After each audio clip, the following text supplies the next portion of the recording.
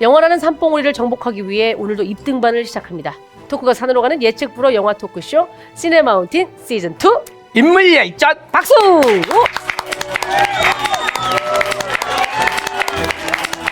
반갑습니다. 시네마운틴의 셰파 장항준 감독의 호구가 된 송은이 인사드리고요.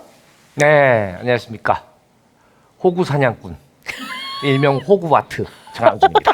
예. 라인이 엄청 떨어지는데 아, 그렇죠. 그 예. 호구와 이 호그와트의 호구는 전혀 다른 거죠? 아, 그러나 뭔가 신비스럽죠. 호구. 아, 네, 호구들은 신비스럽죠. 네. 네. 호구들이 신비스럽다고요? 어떻게 당할 것인가? 어떻게 어처구니 없이 당할 것인가? 감독님도 일단 내뱉고 약간 그 다음에 수습하시는 스타일인 것 같아요. 아치가 많이 나요? 네. 자, 오늘은 저희가 이제 부산국제영화제 다녀오고서 맞는 첫 번째 또 시간이에요. 네. 이제 녹음으로 따졌을 때 오픈도도가 이제 부산국제영화제에 초청이 돼서 다녀왔는데 이 저희 영화 관련해서 장항준 감독, 장항준 시나리오의 영화 오픈도도에 대해서 정말 많은 기사들이 났더라고요. 아, 많이 났죠. 네네. 네. 다녀오셨는데 어떠셨어요? 아, 너무 좋았죠. 오래간만에 관객들하고 영화에 대해서 좀 심도 깊은 네. 얘기 나누고 또 기사들이 너무 좋게 써졌어요. 잘 써졌어요. 네. 어? 여러 가지가 있죠. 뭐가? 기사 타이틀이 오픈도도 장항준 감독 날 살린 송은이 호구 잡았다. 너스레. 저런 거 빼고 그다음에 장항준 감독님이 오픈 토크에서 했던 얘기. 송은이 성공신화는 어디인가? 상암동 7층 신사옥. 그래서 왜 입방정을 떨으셨냐 이제 그런 얘기를 했는데 저는 사실 제일 놀랐던 거는 영화가 상영이 끝나고 나서 GV를 하는데 감독님에 대한 기대치가 있잖아요. 어떤 웃음 사냥꾼으로서의 기대치 그런 질문이 많이 나올 거라고 예상을 했는데 생각보다 영화에 대한 심도 깊은 질문을 너무 많이 하셔가지고 저는 그게 좀 놀랐어요. 부산국제영화제 오시는 분들은 시네필 정말 영화 매니아 분들이에요. 그분들은 예술 영화부터 모든 걸 섭렵하시는 네. 분들이야. 영화적 수준이 높아. 네네. 그런 분들하고 술 먹으면 영화인들은 너무 피곤해. 모르는 게 뽀록 날까봐. 감독님 네. 맞다. 그때 그 영화에서 그 뒷배경에 살짝 날리신 거는 어떤 이 극에서 보여주고 암시였나요? 뭐 이런 질문. 그렇죠. 암시죠. 암시죠. 어떻게 생각해요? 어떤 암시를 느꼈어요? 이렇게 완전 대물어. 아, 그렇지. 대물어. 역공이야. 무조건 역공이야. 피곤해. 왜냐면 이제 영화 매니아들하고 술자리에 어떻게 우연히 만나게 되면 네. 술자리에서 나는 놀려고 만났잖아. 아, 그럼 그렇지. 감독님 그 다르덴 형제 그 영화 뭐뭐뭐 어. 보셨죠? 안 봤거든. 봤죠. 그 장면 그 오프닝 시퀀스에 대해서 어떻게 생각하세요? 아, 이게 무슨 내가 시험 보는 것도 아니고. 아 진짜. 네. 우리는 술자리에서 영화 얘기를 하면은 내가 아닌 분야에 대해서 약간 좀 안주거리가 되는 상황이지만 감독님은 그게 일이네. 일이야. 그리고 나름 많은 분들이 그래도 영화 감독인데 이건 알겠지 않은 게 있어요. 다 알아? 몰라요. 자 여러분 혹시 술자리에서 얘기를 하게 되면 감독님이 되묻는다. 그러면 그건 모르는 거라고 생각하시면 될 것 같습니다. 뽀록이 났네요. 네, 이렇게. 네. 네. 자, 시네마운틴 또 플랜카드를 만들어서 땡땡이 분도 응원을 왔었는데 네. 이분이 후기를 남겨주셨습니다. LAWP 땡땡땡님이 은현이와 항준 감독님을 응원하기 위해 난생 처음 피켓을 만들어 행사 2시간 전에 도착 무대 앞자리를 사수했습니다. 장 감독님께서 제 피켓을 보고 빵 터지셨는데 그 모습이 잊혀지지가 않고요. 은희 언니는 TV에서 보던 것과 똑같음. 장항준 감독님은 실물이 좀 더 잘생기고 분위기 있음. 네. 이라고. 아니 이분 기억나죠? 네. 너무 확연하게 그 앞자리쯤에서 맞아요. 이렇게 들고 계시고, 네. 만들어 오셔가지고 저런 것들. 맞아요. 네네네. 하여튼 그리고 뭐, 아니 그 또 땡땡이 그 네. 분들이 되게 많이 왔어요. 네. 영화계 관계자분들 가운데서 땡땡입니다. 감독님이 저기서 술 먹고 있을 때 손잡고 땡땡입니다. 너무 반가워요. 땡땡 하는 그 영화계 뭐 기자님들, 그다음에 뭐 배급사에 계신 직원분들, 그다음에 또 우리 뭐 그 뭐지? 무슨 그 웹툰 뭐 만드시는 분들 정말 많이 만났거든요. 네네. 하여튼 땡땡이 분들, 네 시네마운틴 2도 의리 있게 잘 들어주시기를 바라겠고요. 네. 잘생겼다는 것에 대해서는 그렇게 감동이 없으신가 봐요? 아니 그러니까 의외의 얘기여야 감동이 되는데 놀라고 뭐 이렇게 되는데 너무 솔직히 그런 얘기 많이 들어요. 실물이 훨씬 낫는데 진짜 이런 얘기 많이 들어요. 키가 왜 이렇게 커요? 녹화를 맨날 앉아서만 하니까 사람을 말이야. 예. 자, 잘 다녀왔다는 말씀을 드립니다. 네. 시네마운틴은 팟캐스트와 유튜브 시네마운틴 정주행 채널에서 매주 월요일 새로운 회차가 업로드가 되고요. 같은 날 유튜브 비보TV 채널에 하이라이트 영상이 업로드가 됩니다. 팟캐스트, 유튜브 구독, 좋아요, 알림 설정 해두시고 함께 해주시면 좋겠습니다.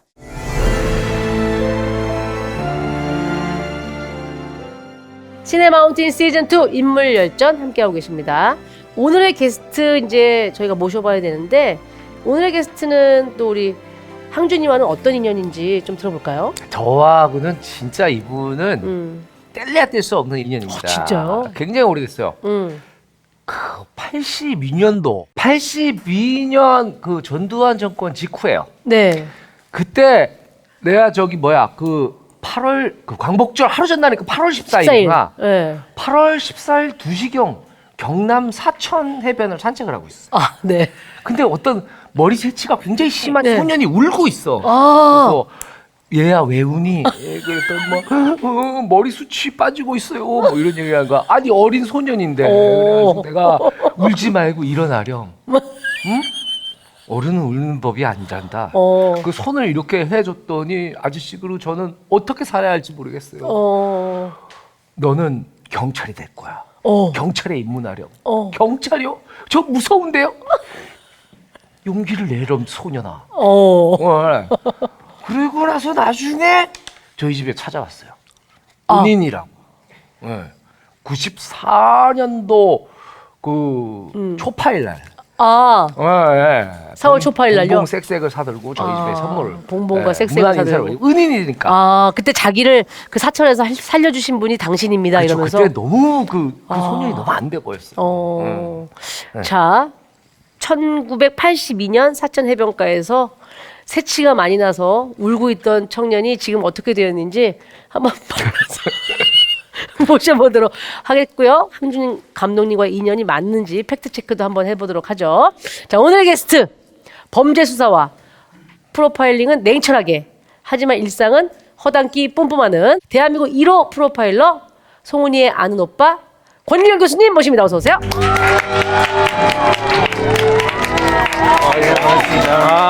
반갑습니다. 아이고. 이런 반응 너무 익숙해요. 이런 반응이 익숙하시다고요? 네.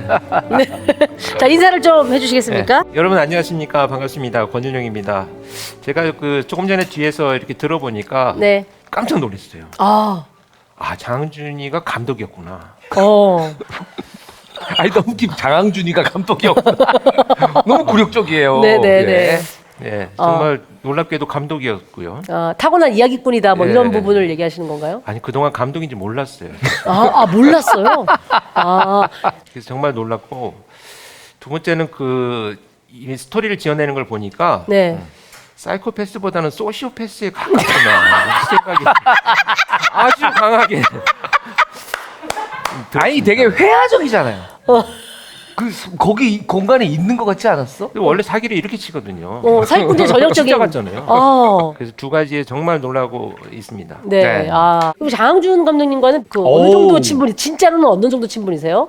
82년도에 만났을 리는 뭐 이거는 완전 개뻥이고. 그건 표창원인가 누구지? 표 교수님인가? 네네. 근데 아무튼간에 어떤 인연이세요? 저희는 그 교수님 기억하시는지 모르겠고 그때 알쓸범잡. 네. 그때 이제 그 게스트로 한번 나오셨어요. 와가지고 막 그 작가들이 엄청 골머리 앓았어. 왜냐면 돈을 더 달라고. 막 그래서 고래고래 소리를 지르고 녹화 분위기 진짜 엉망이거든요. 그래서 내가 교수님 제발 그러시지 말았으면 좋겠어요. 그래가지고 겨우겨우 녹화를 마치기 첫 번째 만남이었죠. 그 네네. 이후에도 이제 뭐 오며 가며 한두 번 뵌 것 같아요. 네. 네. 야, 이 앞에 녹화하신 분들을 참 어떻게 참았나 모르겠어요. 아니 안 그래도 앞에 녹화했던 진성규 씨한테 우리 프로 나간다고 얘기하셨다면서요? 제가 안 그래도 이제 그 진성기 배우한테 네. 그 악의 마음 끝나고 이제 김남길 배우랑 이렇게 카톡방이 있어요. 네네네. 그래서 소식을 자주 전하는데 제가 야 여기 나간다 그랬더니 네. 한참 있다가 진성규 배우가 형 거기 재밌어 점점점 무슨 얘기가 없어요. 그래서 진짜 이게 뭐지? 네. 이런 거였구나 이런 거. 네네네. 그 진성규 배우가 진짜 성품 착하고 왜 험한 말 안 하잖아요. 네. 근데 감독님한테 진짜 정말 못돼 처먹었네요라고 하고 갔어요. 그 정도면 뭐 확실히 소시오패스네요. 아 그러면 그날 알쓸범자 끝나고도 회식하셨어요? 그치. 네. 우리 그날 같이 잤어요. 아 진짜? 아니, 난 진짜 있잖아요. 저 지금 회식 얘기도 할게요, 내가. 네네. 그날 그 춘천에서 제가 녹화할 때잖아요. 네. 네. 그런데 그 녹화가 제가 가니까 이제 이 좀 방송진에 욕심을 냈어요. 네. 2편을 찍겠다. 아 오셨으니까 교수님 네. 오신 김에 왜냐면 돈을 너무 많이 부르니까 이거 돈 해야겠다 이렇게 된 거죠. 근데 염려하지 마세요. 다 알아서 걸러 네. 들으세요. 아니, 난 괜찮아요. 뭐 그 정도 맞는 거예요, 뭐. 네네네네. 근데 이제 한 1시쯤 끝난 것 같은데 네. 그때 이제 빨리들 한 잔씩 먹고 가자. 하루 종일 고생했으니까.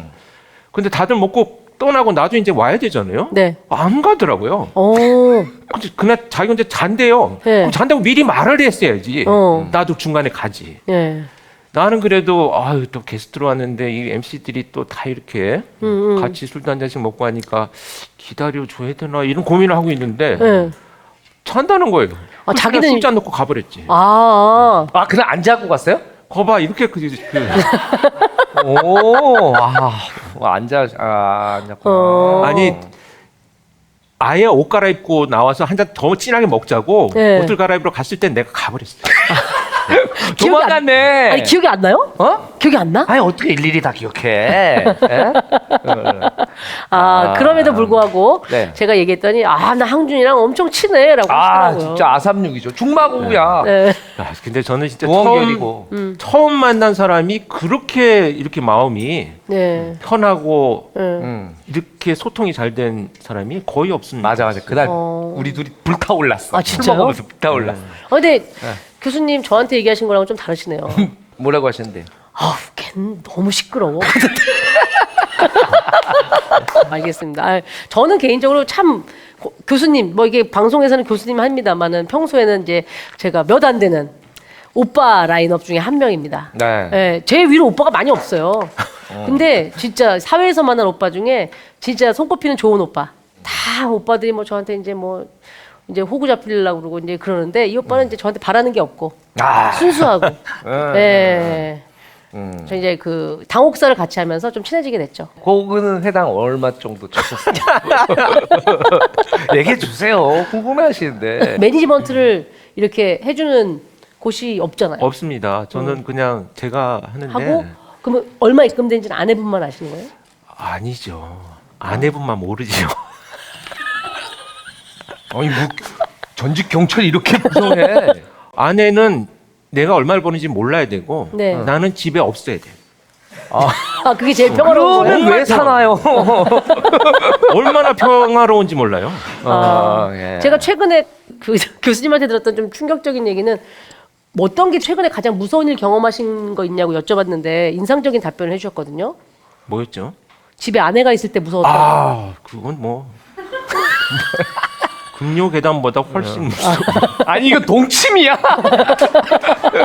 흐름이 동치미로. 네네. 아니 근데 일용 형 얘기 들어보면은 그때도 술 먹으면서 얘기했는데 나중에 집에 놀러 와라. 맞아요. 와이프랑 한잔 하자. 네. 아니 두 분 되게 친하시던데. 맞아요. 진짜 친한 게 아니고 존경하죠 저는. 진짜 그 가족이 너무 좋더라고요. 네네. 자, 우리 그 권일영 교수님 이제 모셔서 이제 본격적으로 영화 얘기 해봐야 되는데 그 전에 일단은 좀 최근에 근황 가지고 좀 얘기를 나눠볼게요. 일단은 저희 시네마운틴에 나오신 첫 번째 그 영화인이 아닌 셀럽, 일반인 셀럽이라고 해야 되겠죠? 네네 그렇죠. 네. 그렇죠. 근데 시네마운틴이 어떤 프로인지는 알고 섭외 응하신 거죠? 아니요 몰랐습니다. 그러니까 그 MC를 누가 하느냐 그랬더니 장항중, 송은이 두 분이 하신다 그래서 네. 일단 재미는 있겠구나. 왜냐면 장항준 한 명만 있으면 이게 안 되잖아요. 네. 근데 송은이 씨가 네. 그 많은 걸 메꿔주겠구나. 그럼 나도 나가서 좀 이렇게 묻어가도 되겠구나. 네, 그렇게. 이런 생각이 좀 들었죠. 근데 저한테는 얘기했어요. 영화 진짜 많이 좋아하신다고. 영화 정말 좋아하고요. 근데 사실 저는 이 범죄 영화를 이렇게 잘 보지는 않습니다. 그렇죠. 더 험악한 현장도 많이 보셨을 어제 테니까. 그 저기 안재영 씨랑 한 잔 먹었는데 네. 그 배우 안재영 씨가 그러더라고요. 감독님 이번에 누구 나와요? 권일영 교수님 나와. 우와 진짜 무슨 얘기예요? 무슨 권일영 교수님이 좋아하는 영화가 뭔지 이런 얘기를 했는데 근데 막 범죄 하나도 없고 라라랜드 이런 거면 너무 웃기겠다. 비슷하네요. 네. 실제로 좋아하시는 장르는 그런 뭐 범죄물은 아니고. 저는 장르를 따로 따지진 않고요. 영화를 영화대로 순수하게 받아들이고 좋아합니다. 그래서 꼭 내 장르는 뭐야 이렇게 구분짓지 않고 네. 영화로서의 어떤 의미가 있다 그러면 그냥 다 찾아보는 이런 분들이 영화를 진짜 즐기시는 분이에요. 어떤 한 장르만 파는 분들이 있거든. 영화라는 게 얼마나 다양한데. 맞아요. 그죠? 네. 정말 다양합니다. 아니 그러면은 울기도 잘 우시죠? 그거는 제가 그 사실 별명이 수도꼭지예요. 틀면 나온다고. 눈물이. 그 특히나 이제 뭐 갱년기를 좀 지나면서 드라마를 보면서 우리가 울기도 하잖아요. 네. 근데 예전에 얼마 전에 광고 중에 네. 군에 간 아들이 전역해서 집 앞에서 문 앞에서 어머니 부모님한테 딱 전역 신고하는 광고가 있었어요. 네네네. 근데 눈물이 나더라고요. 그걸 보는데요? 오. 15초 만에 바카스 선전을 보고 울었다 이 얘기 아닙니까? 네. 진짜 대단한 감성이에요. 네. 그래서 저는 이런 울기도 하지만 웃기도 잘하고 제가 어떤 한의사 선생님한테 이렇게 진료를 받다가 간지럼을 많이 타죠. 그래서 엄청 많이 탄다 그랬더니 네. 이런 사람들이 통증을 못 참는데 아. 이게 이 극과 극이 그 항상 자극을. 연결돼 있어요. 그러니까 고통을 못 참는 것과 웃음을 못 참는 게 연결돼 있다는 거죠. 아. 그러니까 그런 건 좀. 눈물도 많이 흘리고 웃음도 많이 웃고. 이거 소시오패스들은 감각이 없어. 간지럼 안 타는데? 둘이 먼저 만나고 왔어 오늘? 간지럼 안 타세요, 감독님은? 저는 간지럼 별로 안 타요. 그 통증 잘 저 통증도 잘 못 느끼고. 거봐요. 오. 그런다니까요. 응. 너무 무서운데 갑자기? 왜? 나만 잘 되면 되지. 인생 별거 있나? 자, 알겠습니다. 자, 웃음도 많고 눈물도 많은 우리 수사계의 수도꼭지 권일영 교수님과 함께 이제 시네마운틴 시작해 보도록 하죠. 네. 첫 번째는 권일영 교수님의 바이오그래피를 소개하면서 토크를 나눠보는 일명 바그또 바이오그래피 봉우리부터 올라가 보도록 하죠. 첫 번째 봉우리는요. 빡!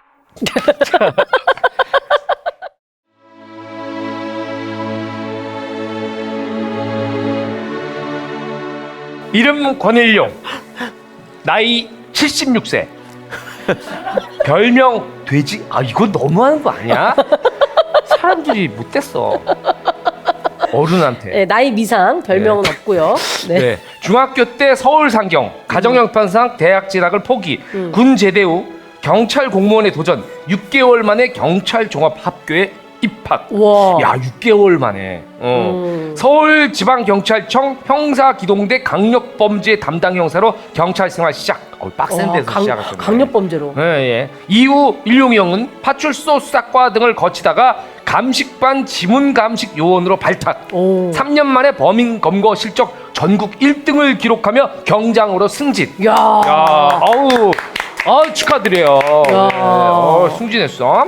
자, 그러다가 2000년 서울지방경찰청에 최초로 범죄 분석팀이 생겼을 때 2,500대 1의 경쟁률을 뚫고 국내 1호 프로파일러로 선발. 야. 수많은 범죄자들을 프로파일링했으며 유영철, 정남규, 강호순과 같은 연쇄살인범을 잡는 데 1조. 대한민국 프로파일링 기법을 정착시킨 선구자가 됐지만 악인의 정신세계를 직간접적으로 경험하며 우울증과 스트레스, 공황장애에 시달리다 결국 살기 위해 경찰 명예퇴직. 아니 그때 저희가 그때 권 교수님이 먹을 때 얘기 들어보는데 너무 괴로웠대요. 매일 그 범죄자들의 시각에서 그것들을 추리하고 그 현장들을 보는 게 이런 수도꼭지들한테는 안 맞는 거지. 자, 그가 어떻게 경찰이 되셨지? 퇴직 후 그것이 알고 싶다 자문을 시작으로 다양한 방송에 출연, 본인의 이야기를 본따 만든 드라마 악의 마음을 읽는 자들 방영, 왕성한 강의 활동과 방송 생활을 하며 제2의 인생을 바쁘게 살고 있습니다. 이상 일용용 바그토 끝.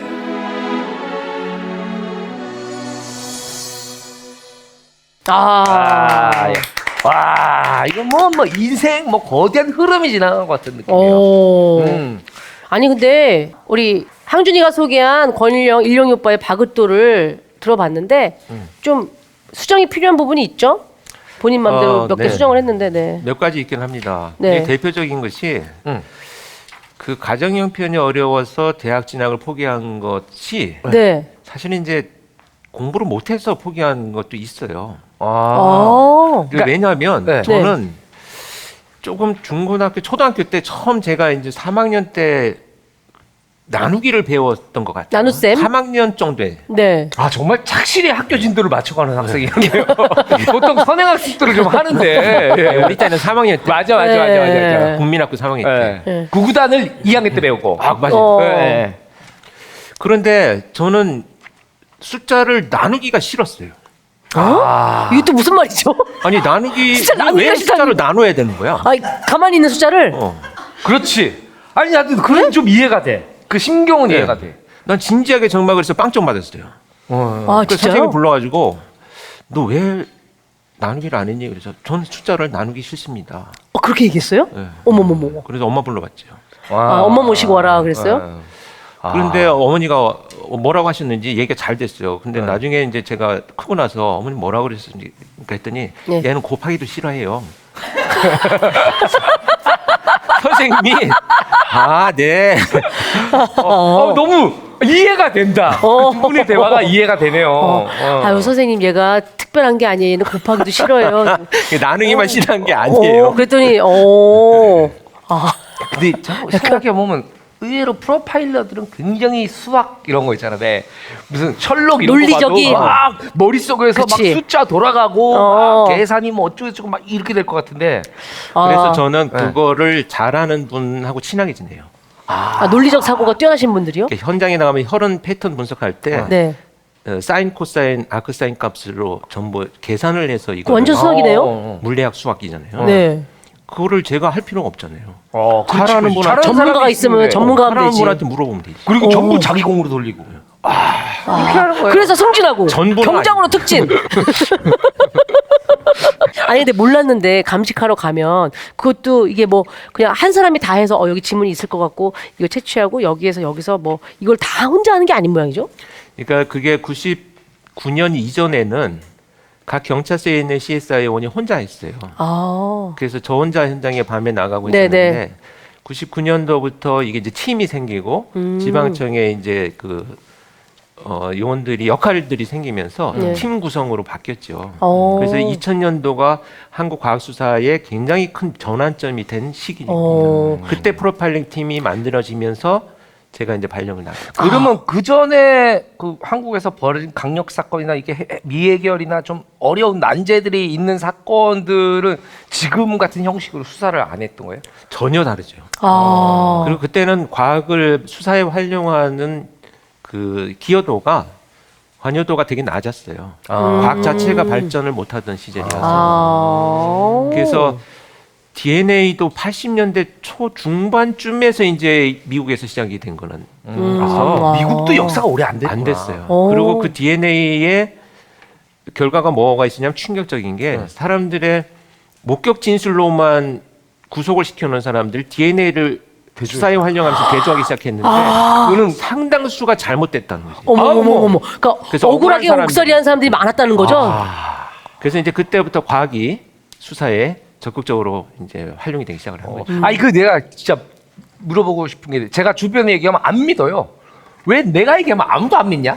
그건 뭐 그렇게 소시오패스라. 아니 들어보세요. 아니 이 저희 와이프가 했는데 뭘 하다가 이제 어떤 경찰관 분을 만났는데 이 과수였는지 어디인지 잘 기억을 못 하는데 이렇게 막 약간 뭐 이렇게 혈흔이었나? 피? 이걸 이제 저기를 채취를 했나 봐. 근데 데이터가 없었나 봐요. 네. 없었는데 그 국과수 저희가 그 형사님한테 이건 그냥 참고 사항으로 말씀드릴 건데 범인은 윤 씨일 가능성이 높습니다. 그랬다는 거야. 피를 보고. 성으로 뭐 김씨, 장씨, 이씨, 박씨 할 때 윤씨. 그랬다는 거야. 네네. 우리 나 김은희가 거짓말할 사람은 아니거든. 네. 그 날 속여서 얻을 게 뭐겠어요. 그런 얘기를 제가 들은 적 있어요. 지금 해요. 지금 해요? 네. 그때보다는 아마 그게 아마 몇 년 전이잖아요. 네. 지금은 그게 이제 공식적이지는 않지만 상당히 신뢰성 있게 그냥 진짜? 통보를 할 정도로 그러니까 계보가 있어요. DNA 그 가족력 뭐 이런 게 있잖아요. 오. 그래서 성씨에 대한 연구들이 지금 상당 되어 있어요. DNA 족보 같은 거군요. 그러니까 모든 것을 다 밝힐 수는 없어요. 근데 뭐 이제 많은 성씨들 있잖아요. 김씨, 씨, 박씨 뭐 이렇게 그 성씨들 또 집성촌 같은 데 보면 이제 한 집안의 아무래도. 성씨들 있잖아요. 이런 것들은 지금 DNA 결과로 통보를 해주기도 합니다.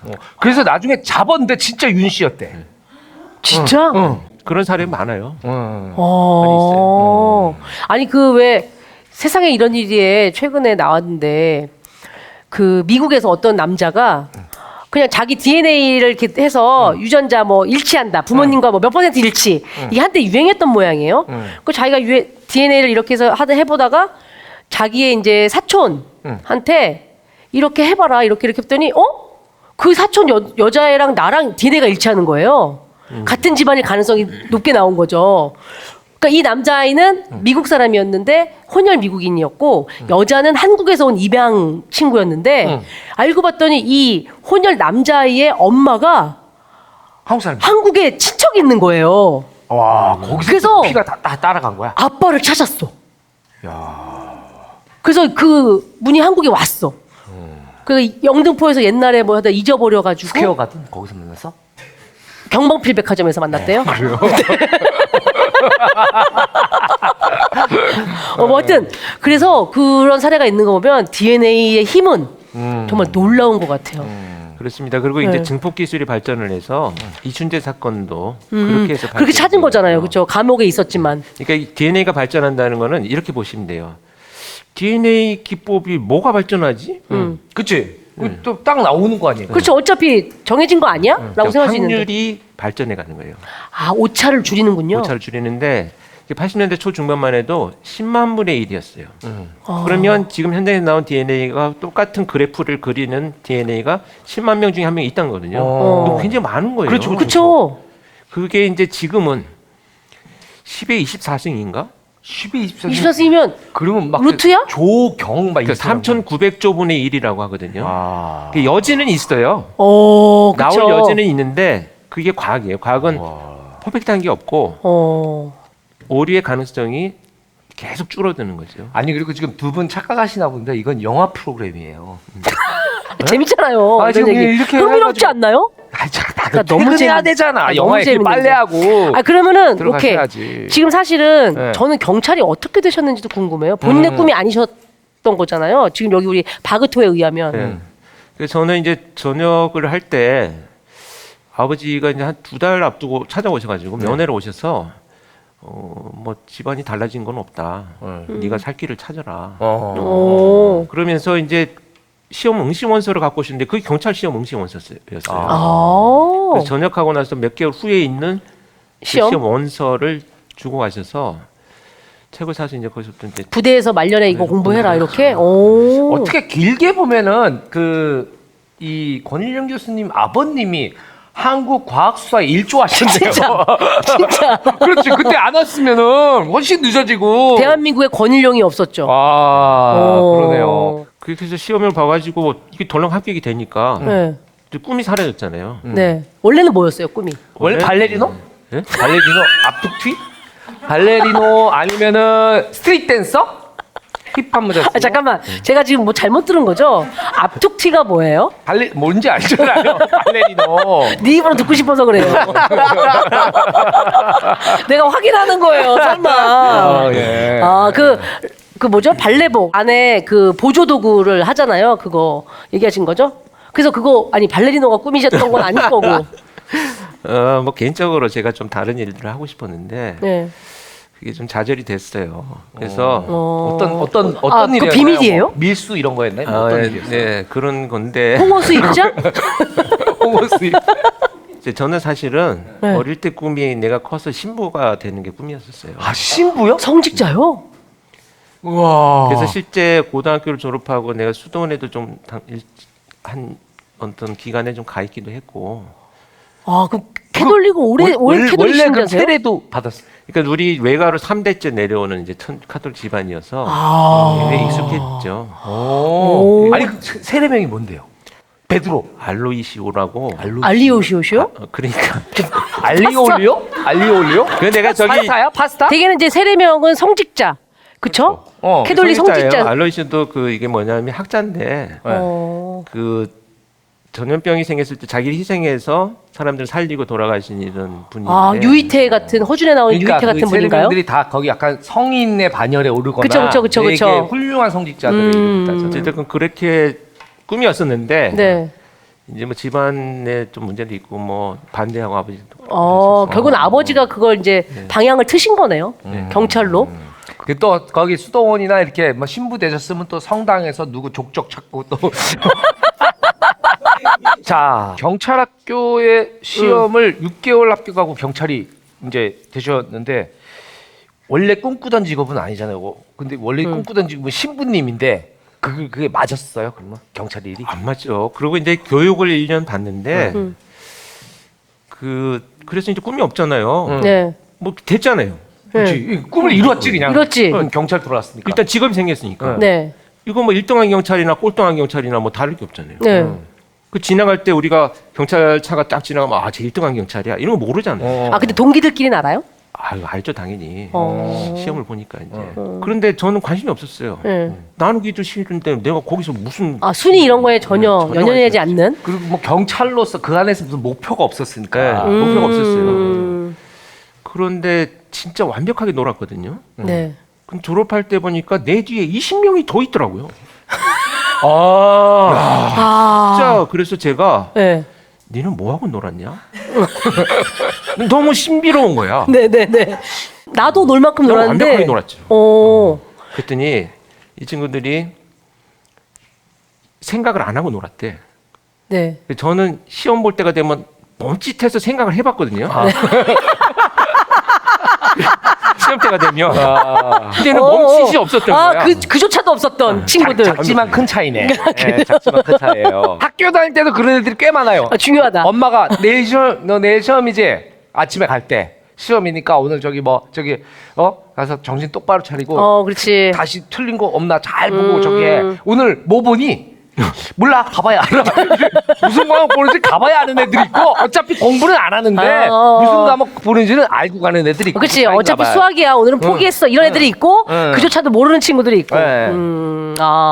그러면 그 가운데서 이제 저는 궁금한 게 굉장히 교수님이 스마트한 건 알겠는데 경찰 생활을 하려면 이렇게 막 몸싸움도 때로는 했었어야 될 거고. 네. 그렇지. 체력도 좋았어야 되잖아요. 그렇지. 아, 그때 뭐 날아다녔죠. 그냥. 아니 지금도 사실 체구가 좋으시잖아요. 키나 네네. 180 정도 되시나요? 네. 180에 몸무게가 120이야. 그러니까 얼마나 건강한 내가 무슨 거야. 마동석인데. 네. 아니 그 태권도 3단, 오. 합기도 3단. 경찰 생활 하시면서 따신 거예요? 아니 그전 학교에서? 그 전에요? 아니 신부님이 되려던 사람이 태권도 합기도를 배웠어요? 나는 또 이 정의를 실현하기 위해서는 힘이 있어야 된다. 옛날부터 그런 생각을 이런 하셨어요? 생각이 있었죠. 그런 말이 있잖아요. 힘없는 정의는 무력하고 정의 없는 힘은 폭력이다. 그런 말이 있잖아요. 지금 지었나요? 힘에 있어서는 그 힘이 정의로운가, 맞아요. 네. 정의롭지 않은가가 굉장히 중요해요. 뭐라고 하셨죠? 다시 똑같이 하실 수 있어요? 힘없는 정의는 무기력하고 그렇잖아. 아무리 정의로서는 뭔데 힘이 없는데 그걸 관철해내는 힘이 없는데 그러나 또 정의 없는 힘은 폭력이다. 그러네. 도덕과 윤리를 벗어난 힘은 폭력이지. 그러니까 아무래도 뭐 유단자라고 해도 아무데서나 그걸 휘둘리진 않으셨겠지만 그럼요. 그냥 솔직히 만약에 항준이를 모르는 사이예요. 근데 예를 들어서 뭐 길을 가다가 항준이가 시비를 걸었어요. 술을 먹고 바로 제압 가능합니까? 죽는 거지 그냥.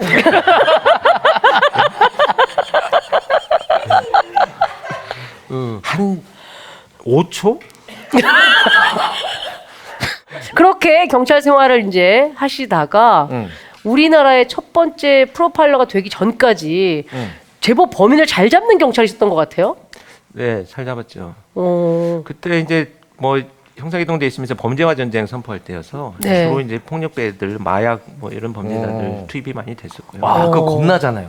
마약 사범이나 막 폭력배들 조직. 근데 이제 우리가 그때 경찰서 1개반이면 한 5명 정도 되잖아요. 네. 근데 그때는 우리가 일개 팀이 18명이었었어요. 와. 그러니까 그때 조직폭력, 조직범죄를 대처하기 위해서 조직 형사들을 만든 거예요. 아, 조직적으로 움직여야 되니까 우리도 그래서 맞서서. 인원을 늘려가지고 그렇지, 그렇지.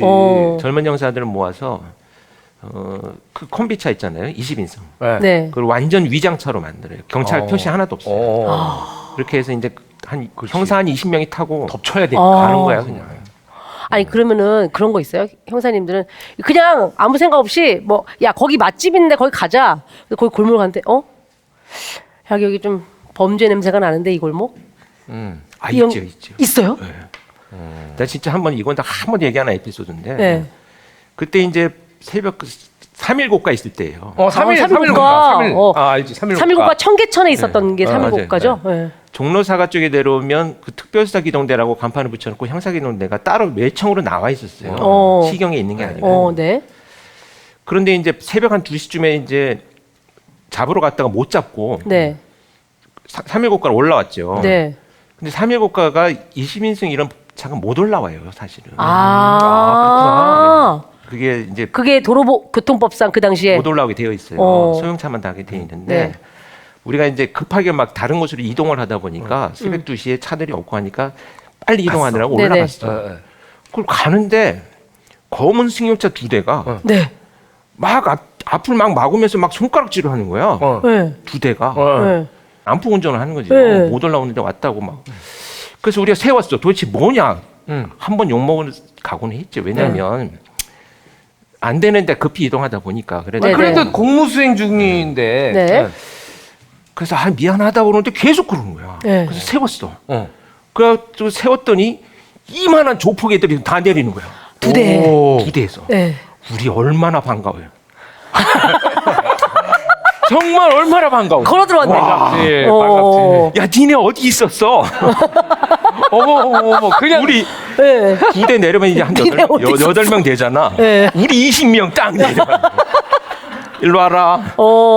차 트렁크 여니까 뭐 연장들이 막. 니네 너무 고맙다 오늘. 네. 아니 야. 그래도 저쪽에 지금 못 잡고 오늘. 허탕칠 뻔했는데.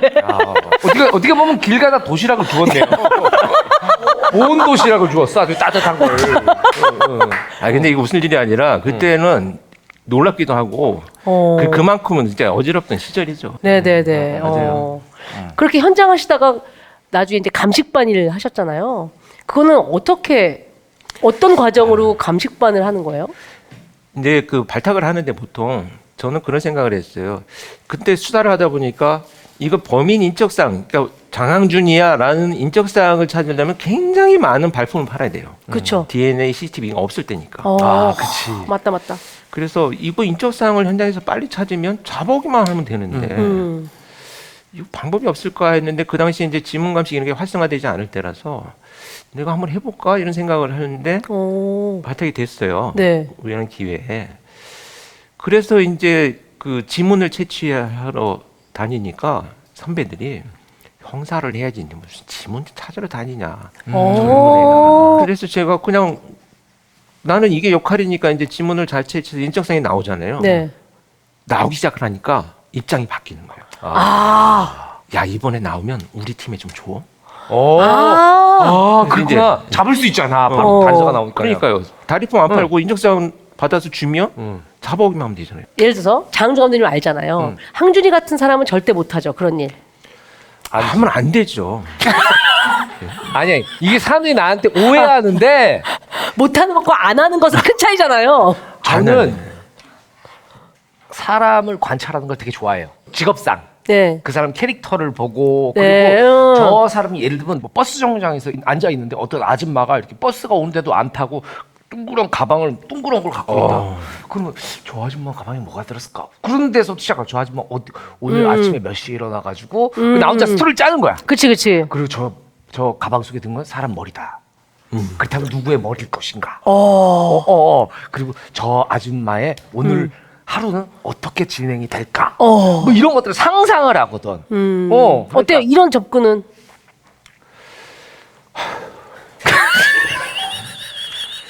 좀 치료가 필요한 것 같습니다. 아니 다른 걸 떠나서 입이 너무 싸서 안 될 것 같아요. 얘기해주고 싶어가지고. 얘기해주고 싶어. 근데 자랑하면 저는, 네. 저는 뭐 장난스럽게 얘기를 했지만 네. 이런 그 뭔가 계속 의문점을 갖는 것은 굉장히 중요한 문제예요. 네. 그래서 수사관들이 그냥 보면 안다가 아니고 네. 뭔가 여기에 걸맞지 않는 걸 자꾸 찾아내거든요. 이런 방식으로 찾아내요. 네. 버스가 왔는데 왜 안 타지? 몇 대가 지나갔는데 일단 의문점으로 시작을 하는 거죠. 아니 그러면 감독님은 예를 들어서 영화적으로 내가 보기엔 상상을 많이 그렇죠. 하시는 것 네, 같아요. 네. 그런 거를. 그러면 누가 사람을 만나면 버스 정류장에 그렇게 아주머니가 있다 그러면 그 교수님은 어떤 시선으로 그분이 보이세요? 글쎄요. 이분이 일단 부부 싸움을 했는데 집을 나왔는데 짐을 너무 많이 싸가지고 나와가지고 무거워서 지금 버스를 못 타고 있나? 그 자기 얘기 아니야? 이거는 진짜 여쭤보고 싶어요. 이거 궁금하시지 않으세요, 감독님? 이게 사실 제가 이제 전에도 막 들었었던 얘기인데 네. 형사로 살 때보다 지금 예능이나 뭐 강의 이런 거라는 게 요즘에 훨씬 마음도 편하시잖아요. 네. 네, 뭐 고통스러운 상상을 할 필요도 없고, 막 사건에 막 이렇게 돼가지고 저기 할 필요는 없는데 금전적으로는 어느 정도 차이가 나나요? 자연스러웠어요 지금. 좋잖아. 네. 그럼 듣다가 지금 한숨을 쉬잖아. 걸려들었다. 월급을 받을 때 네. 보다는 조금 나아요. 크게 뭐 다르진 않은데 다시 할게요. 아주 많이 벌어요. 거짓말 못 하셔가지고. 어디서 거짓말이야? 거짓말 못 월급보다는 하셔가지고. 확실히 다르죠. 그렇죠, 그럼요. 보니까 강의원 스케줄이 진짜 한 달 빽빽하게 차 있더라고요. 근데 좀 싸요. 네. 제가 네. 좀 싼 사람. 많이 찾아주시길 바랍니다. 네. 많은 내용 많이. 네. 자 이렇게 해서 우리 네. 권일영 봉우리를 먼저 올라가 봤고요. 이제 시네 마운틴이니까 네. 본격적인 영화 얘기를 시작해 보도록 하죠.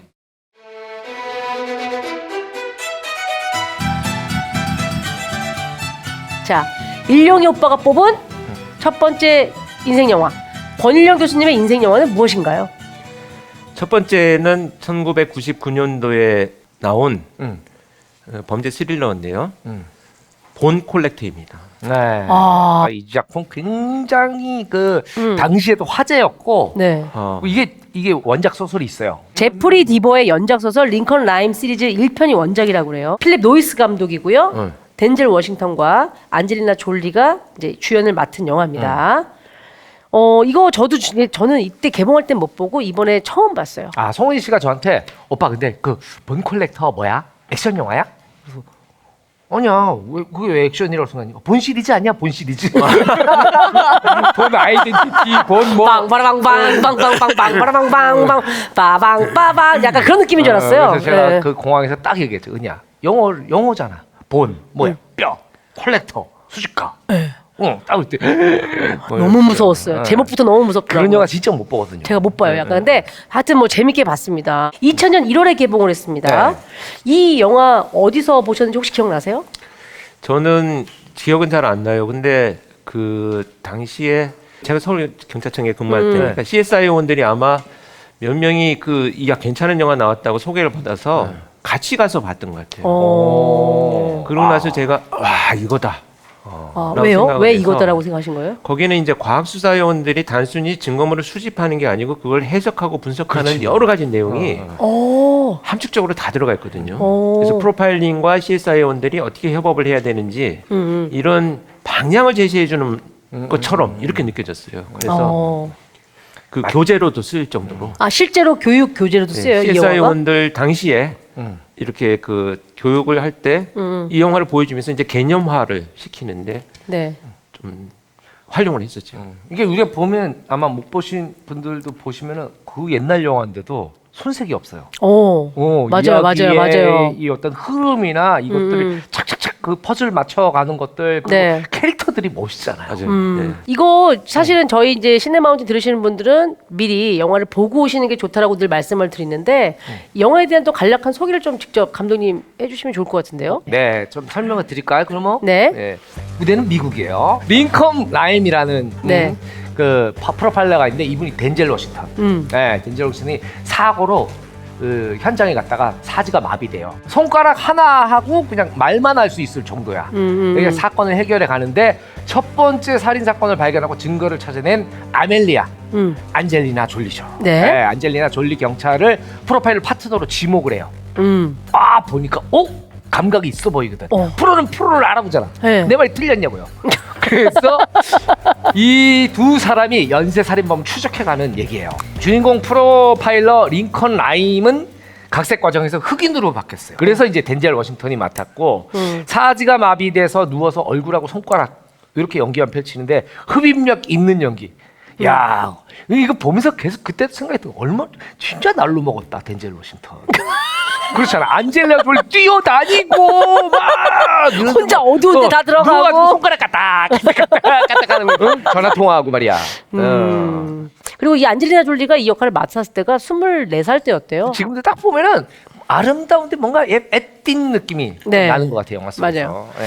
자, 그러면 자, 프로파일링을 하는 범죄 수사물인 만큼 저희가 이제 영화에 대한 본격적인 얘기 전에 꼭 보고 오시라는 말씀을 다시 한번 드리고요. 네. 한번 장면 짚어보면서 왜 일룡이 오빠가 이거를 인생 영화로 꼽았는지 알아가 보도록 하겠습니다. 첫 번째 장면은 첫 번째 살인이 일어난 사건과 암시입니다. 이제 안젤리나 졸리가 신고를 받고 출동한 곳에 일단 땅속에 묻힌 사체를 발견하고요.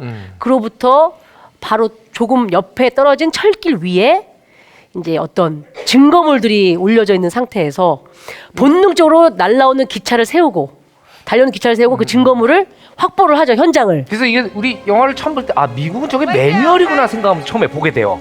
어. 그런데 알고 보면 이걸로 이제 지탄을 받잖아요. 그쵸. 뒤에 다른 이제 형사 반장이 와서 왜 시키지도 않은 거 하고 너 열차 세우면 어떡할 거냐 네가. 그쵸. 이러는데 이 대응이 결정적인 그 증거물들을 단서들을 확보해 나가는 과정이 되는 거죠. 그렇죠. 교수님이 이 장면 아마 되게 인상 깊게 보셨을 것 같은데요. 저는 이게 정말 인생의 장면이에요. 아, 이게요? 사실 제가 그 꿈이 없이 경찰을 시작했는데 왜 CSI나 프로파일링을 계속 30년을 하게 됐냐면 현장에 나가서 보니까 피해자들이 너무 고통스러워하는 장면이 내가 여기 있어야 될 사람이야. 이거를 내가 느끼게 된 배경이 네네네. 됐었는데 이 장면이 자 보면 신고를 받고 안젤리나 졸리가 이제 가잖아요. 그렇죠.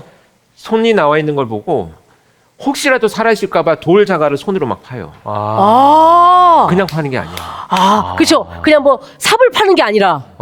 그리고 막 파서 얼굴을 찾는데 이미 이제 돌아가셨잖아요, 피해자는. 그렇죠. 자 여기서 충격을 받는데 이제 침착하게 주변을 돌아보기 시작해요. 증거가 뭐였나. 그런데 저 증거가 뭔지는 모르는데 뭔가 메시지가 있을 것이라고 생각을 하잖아요. 그렇죠. 그 그리고 철길 위에 여기에서 놓여지는. 예. 발자국을 찾아봐. 범인 족적. 족적을 찾죠. 그래서 이 범인이 족적인지 아닌지는 모르지만 즉시 거기에서 지폐를 꺼내서 놓고 찍잖아요. 그 길이를 재는 거예요. 어떤 표준화되어 있는 어떤 걸 물건을 그치, 꺼내서. 사진만 찍어가지고는 이게 만약에 이 현장이 비가 몰라요. 오거나 훼손되면은 그렇지. 족적이 없어지니까. 그 사진을 이렇게 뭐 보면은 사진만 타이트하게 그 프레임 안에 들어있으면 이게 230인지 맞아요. 240인지 알 수 없지만 그 비교할 수 있는 대상이 어떤 물건을 같이 놨다라는 게 또. 분명히 순발력이 있고 교육을 아마 이렇게 받았을 거예요. 그러고 나서 정말 제가 말씀드리고 싶은 장면은 그 뭔지도 모르는 철길 위에 놓여 있는 그 증거를 지키기 위해서 달려오는 기차를 세운다는 거는 네. 저 장면은 정말 저는 눈물을 흘렸습니다. 그래서 아까 감독님이 얘기했지만 손전등을 막 흔들어가면서 기차를 세우고 다행히 거기에 남겨진 증거가 이제 훼손되지는 않는데 저도 그렇게 생각했어요. 미국은 당연히 저렇게 경찰이 손전등 흔들어서 이렇게 세우라 그러면 다 세워주는구나 그랬는데 저러면 안 되는 안 되죠. 거라고 나중에 또 막 이게 위험한 상황이죠. 그러니까 근데 이제 이 장면은 제가 생각할 때는 경찰이 어떤 상황에도 도망가면 안 된다라는 강렬한 메시지로 저는 생각을 합니다. 그리고 우리가 이제 뭐 잘 아시겠지만 미제 사건들 보면 거의 초반에 현장 보존이 잘 안 돼서 그런 사건들이 많잖아요. 이렇게 정말 이게 본능적으로 현장을 지키고 증거를 수집한 안젤리나 졸리 그 아멜리아에게 덴젤 워싱턴이 이제 너 프로파일러 한번 해볼래? 라고 하는 거죠. 이거는 좀 이 성격이 나오나요? 쟤는 좀 잘할 것 같아. 그거는 쟤는 좀 안 되겠다 이런 거. 저는 본능들이 있잖아요. 네. 정말 제복이 갖는 힘, 인식하는 자냐. 저기서 아예 그냥 기차가 가는데 어떻게 가란 말이에요라고 하면 아무도 지탄받지 않아요. 사실은 대부분은 네. 기차 지나 저기 뭐 있는 것 같은데 이거 저 훼손됐다. 기차 지나간 다음에 기차 뒤에 대고 끼우 이럴 거 아니에요. 대부분은. 대개는 그쵸. 그냥 일찍 우리 살이는 축구 먹고 살인초. 나오잖아요. 그렇지. 네. 이거 트랙터 발자국 있는데 트랙터 지나가. 밟지 마시고. 그리고 이제 거기 가면 변희봉 선생님이 논두렁에서 이렇게 또 굴러요. 굴르잖아요. 와, 논두렁에 꿀바람 난다. 뭐냐, 아이고. 맞아. 그런 거죠. 그래요. 네. 자, 이렇게 해서 첫 번째 살해 현장에서 안젤리나 졸리가 본능적으로 프로파일러스의 자질을 보여주는 장면이 있는데 우리 교수님도 뭔가 선배들이 얘기했을 때 이 악의 마음을 잊는 자들 그 드라마를 보면 그러니까 진성규 씨가 맡았던 역할이 바로 그 진짜 실제 교수님을 픽업하는 선배의 형사님이셨잖아요. 네.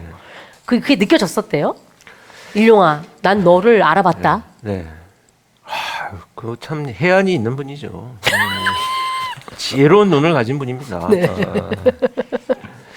아니 근데 사실 뭐 어떤 그게 시험이 있는 것도 아니고. 그렇죠. 그죠? 그 당시에 또 우리가 무슨 일반적으로 알고 있는 그런 테스트가 있는 것도 아니고. 분야도 아니었고. 근데 이제 압축해서 말씀드리면 현장에 나와서 지문을 잘 채취한다는 거는 범인이 이동한 동선을 머릿속에 알고 있어야만 가능하거든요.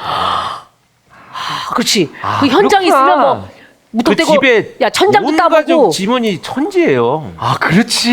그렇네. 일단 그걸 알아야 되는 거네요. 그러면 이제 머릿속에서 일단 시뮬레이션 할 거야. 얘가 그렇죠. 밖에서 침입을 이쪽이 아니라면 이쪽일 거야. 네. 그럼 이쪽에서 해봐야겠고. 그러네. 우리는 그냥 지문을 잘 있는 걸 다 따면 되는 줄 알았어. 있는 걸 다 따는 줄 알았어 그냥. 그냥 여기 지문이 있잖아. 딱 뭐 그래가지고. 그런 게 아니라는 거죠. 그래서 이제 뭐 장갑 자국이 나오면 네. 어디에서 장갑을 한 번쯤 벗었을 것 같은 데를 찾는 거예요. 아. 제가 어떤 일이 있었냐면 온 집안에 장갑 자국이 있어요. 그래서 근데 포기하지 않지. 네. 그 피해자 진술을 막 들어보니까 물을 이 범인이 계속 마셨대요. 냉장고에서. 네. 다 장갑 자국이에요. 물을 되게 많이 마셨다. 그러면 나갈 때 화장실을 혹시 갔어요? 갔대. 네. 그래서 화장실에 가서 그 누르는 거 있잖아요. 여기에 지문 채취를 했어요. 왜? 자기네 범인 다 끝나니까 도망가려고 장갑을 벗고 소변을 보고 자기도 뭘 누르고 간 거야. 야. 그냥 버릇이 그냥 그렇지 습관이 된 거지. 습관이니까. 그래서 지문을 채취해서 잡았고. 그게 결정적이었어요? 야, 거기 지문이 있을 거라 누가 생각을 했겠어. 그 내가 또 가끔 그런 거 있잖아요. 우리 네. 술 마시고 늦게 집에 가면 네. 화장실 갔을 때 벽 잡고 소변 네, 네. 그렇죠. 요런데. 그렇구나. 그거는 경험에서 나오시는. 그러니까 그런 행동을 잘 분석하다 보니까 지문이 잘 나온다 얘는. 그러면 행동 분석을 해서 행동과 심리를 분석하는 게 어울리겠구나 이렇게 판단한 그럼 거예요. 혹시 우리가 이제 지문이 막 되게 고유의 것이라 그러는데 몸에 딴 고유의 건 혹시 뭐 이렇게 예를 들면 변기에 앉을 때 엉문 이런 거 따로 없나요? 이렇게 뭐라 그러지? 왜냐면 이제 여기만 사람이 다 다른 게 아니고 딴 데도 다를 거 아니야. 근데 지문은 우리가 채취해가지고 데이터하잖아요. 네. 엉덩이는 어떻게 하라고 그러는 거예요? 엉덩이에 데이터를. 잉크를 칠해서 찍어요? 죄송합니다. 근데 종문이나 장문은 있어요. 그래서 종문은 뭐예요? 발자국 그것도 거의 달라요, 사람마다? 다 다르죠. 그래서 이제 장문 이렇게 잡으면 지문은 안 남지만 손바닥 장문 여기 아. 같은데. 여기 손바닥에 어떤. 그 장문 뭐 이런 것도 데이터를 하긴 해요. 자, 알겠습니다. 네. 자, 다음 장면도 한번 보도록 할게요. 아멜리아에게 이제 진지하게 조언을 하는 링컨 라임의 씬인데요. 링컨 라임은 아멜리아의 이력을 살펴보다가 경찰이었던 아버지가 총으로 자살해서 아멜리아에게 트라우마가 있다는 걸 알게 되죠. 그리고 나 너무 힘들어서 프로파일링 못하겠다. 라는 아멜리아에게 조언을 하는 씬입니다. 네. 그러면서 이제 막 대화를 나누죠. 그러니까 저서 아멜리아는 그만두고 정 떼려고 왔어요. 맞아요. 네네네네. 왜 그만두려고 하지? 막 개인 사정이라고 이야기를 하죠. 저 장면도 상당히 Whatever happened 저는 to your father doesn't mean it's 그 gonna happen. 참 처음 제가 그 You're a great cop. You make a 범죄자가 terrific detective. 잔혹하게 아이를 살해한 범인하고 It's a gift. 이제 프로파일러로서 만났는데 네. Don't throw it away. 그 옛날에는 이제 김치찌개 이렇게 놓고 같이 먹잖아요 범인하고. 어. 나는 이런 놈들을 잡으려고 지금 밥을 먹고 있고 네. 이놈은 사람을 죽이고 와서 밥을 같이 먹는 장면에서 네네. 너무 충격을 받은 거죠. 음. 야 이거는 정말 이제 다시는 돌아올 수 없는 강을 내가 넘는구나. 음. 그래서 그날 저녁에 제가 그 저를 발령낸 네. 윤회출 그 선배 형사. 계장이죠 계장. 계장님? 네. 윤회출 계장을 만나가지고 술 한잔 먹고 왜 하필이면 나였냐.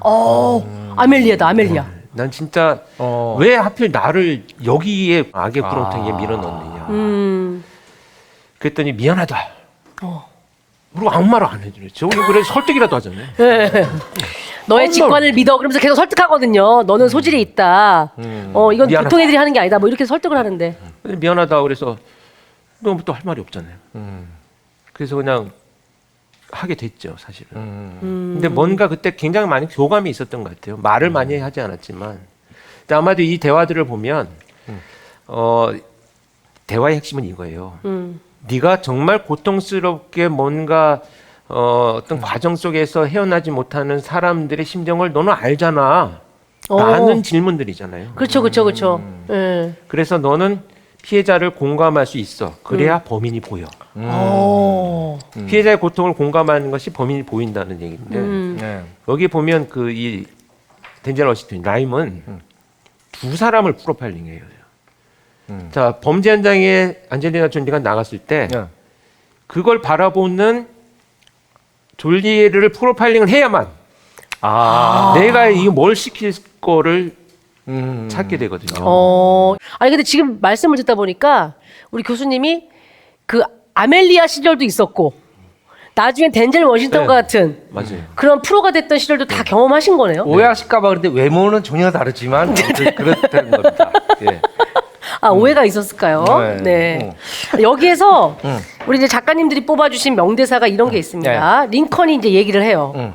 우리 부모님은 교육을 제대로 받지 못해 책 한 권조차 제대로 못 읽었지만 난 수천 권을 읽고 12권의 책을 저술했지. 한마디로 내 말은 자신의 운명을 스스로 만드는 거라고. 타고난 능력을 낭비하지 말게. 이게 사실 이런 장면에서 이제 그 시나리오 쓸 때 계속 고민하거든요. 어떻게 해야 이걸 설득력 있게 얘기를 할 수 있느냐. 극중의 상대에게도 아니면 관객에게도. 네. 그렇죠. 근데 이게 왜 그런 얘기죠? 어른들이 청년들한테 얘기할 때 이 자기 경험을 많이 얘기하잖아요. 그렇죠. 나 때는 말이야. 이건 꼰대야. 내가 좋았던 시절. 나 때는 돌 씹어 먹었어. 이건 꼰대야. 네. 근데 나도 사실 어렸을 때부터 위가 약해가지고 굉장히 고생했어. 그런 접근. 그러니까 그게 접근이 달라야 돼. 같은 얘기라도. 그게 들리느냐 안 들리냐인데 저 덴젤 워싱턴은 자기 얘기, 자기가 갖고 있던 그런 얘기들을 하잖아요. 자기가 어떤 성장 과정에서 겪었던 성장통에 대해서 이야기를 하는 부분이거든. 그래서 되게 저도 되게 인상 깊게 봤고 저기서 안젤리나 졸리가 저 표정을 지을 수밖에 없어. 저 슬프면서도 뭔가 운명을 받아들이는 저 표정. 네. 근데 이 안젤리나 졸리가 연기를 참 잘했더라고요. 아이 잘하지. 우리 그냥 전양반이 계속 액션하고 막 총 그쵸? 들고 이러고 다녀가지고 예. 그렇지. 그리고 이제 그 이 앞에 맨 앞 장면에 그런 거 나오잖아요. 안젤리나 졸리가 다른 이제 애인 같은 사람과 이제 동침을 한 다음에 애인이 안젤리나 졸리가 출근하려고 그러는데 이제 그 이 우리 결혼하자. 그쵸. 그럼 그거는 아닌 것 같아. 얘기를 하는데 그거에서 느껴지는 게 뭐냐면 사랑하는 사람을 잃는 고통이 어떤 건지 알거든요. 안젤리나 졸리는. 이제 이런 것들이 사실 아주 그 안젤리나 졸리는 그 어떤 심경의 변화 그리고 그녀가 가진 어떤 그 어떤 뭐랄까 그 트라우마 그리고 이것들이 나중에 보면은 이제 딱딱딱 이게 아구가 맞춰져. 얘가 왜 그랬었는지가 이해가 되는 거죠. 그러면 교수님은 주로 이제 후배들이나 어디 강연 가서 조언하실 일이 생길 때 어떻게 얘기하시는 편이세요? 사실 저는 말을 많이 하는 편은 아니고요. 이렇게 말을 말을 내가 오늘 말이 많은 거예요. 말을 많이 하는 게 아니고 이 고수들은 네. 말을 잘 하게 만들어야 돼요. 그래서 장항준 감독님은 하수 중에 하수. 주가 없잖아요. 주가 없어. 제가 가장 신경 쓰는 건 얘네들이 내 얘기를 안 듣고 있으면 어떡하지 하는 거예요. 그래서 버릇처럼 하시는 얘기죠. 내 얘기 듣고 있나요? 그래서 저는 후배들이 이렇게 가면 말하고 싶은 걸 내가 먼저 찾아서 질문을 해줘요. 오. 그게 고수의 프로파일러. 아 그게 읽혀져요? 그럼요. 성격. 제가 성향. 지금 약간 살짝 돈 문제가 있는 것 같은데 아니면 뭐 지금 여자친구랑 헤어졌나 뭐 이런 게 느껴지나요? 그렇게 디테일하게는 사실 접근하기는 어렵지만 네. 예를 들면 힘든 이유들이 다 다르잖아요. 그렇죠. 사람 때문에 힘든 성격을 갖고 있는 후배가 있고 어. 업무 때문에 힘든 성격을 갖고 있는 후배가 있으면 야. 거기에 맞춰서 질문을 하는 거죠. 저도 이런 거 있어요. 저는 이상하게 제 후배들이나 이렇게 네. 저기들이 고민 상담 같은 걸 해요. 네. 감독님 내일 뭐 하세요? 뭐 선배님 뭐 어떻게 저기 시간 좀 되세요? 그래서 먹어보면 사실 뭔가 고민이 있어서 온 사람들이야 대부분. 그럼 이제 술 좀 먹다가 감독님 사실 제가 이 길을 가면 안정되게 살 수 있고 이건 진짜 내가 하고 싶은 건데 어떻게 하면 좋을지 말씀을 듣고 싶어 왔어요. 그럼 내 이제 그런 식으로 얘기했지. 사실 너는 결정하고 온 거다. 그리고 나한테 용기와 확신을 얻고 싶은 거다.